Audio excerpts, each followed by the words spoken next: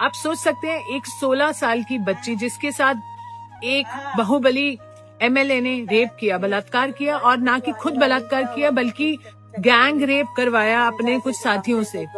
और हम कौन सी दुनिया में, हमें लगता है कि ये हो गया। नहीं, आगे सुनिए। उसकी जब पिता ने रिपोर्ट कराने की कोशिश की, पुलिस कस्टडी में बहुत बुरी तरह से टॉर्चर करते हुए, जो आप फिल्मों में देखते हैं उतने ही से ज्यादा टॉर्चर करते हुए उसके पिता की पुलिस कस्टडी में हत्या कर दी गई। यहीं खत्म नहीं होता। जब किसी लॉयर ने उसका केस लड़ना चाहा, तो जब उस लॉयर की गाड़ी में बैठकर ये पीड़िता जा रही थी अपने न्याय की मांग के लिए, वो गाड़ी को 11 बार टक्कर करवा दी।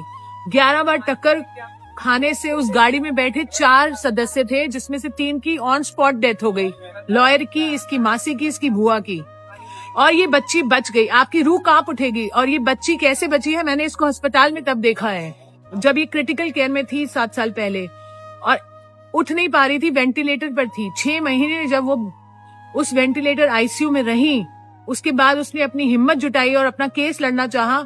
उस मुजरिम को उम्र कैद की सजा हुई। इतना कुछ खोया इस बच्ची ने। अपनी लाइफ को नॉर्मल करने लगी थी, अभी शादी की और कोशिश कर रही थी नॉर्मल होने की। हम उसके साथ थे इतने साल से, और अब क्या हुआ आप सुन के हैरान हो जाएंगे। उस आरोपी को बरी कर दिया गया। आप सुन पा रहे हैं, उसे बरी कर दिया गया।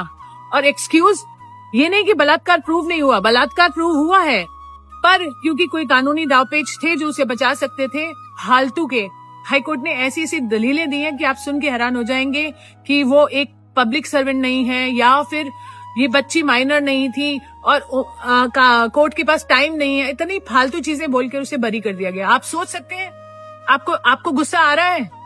अगर नहीं आ रहा तो आना चाहिए, क्योंकि बेटियां हमारे सबके घर में है, और ये हिंदुस्तान की बेटियों की बात कर रहे हैं हम।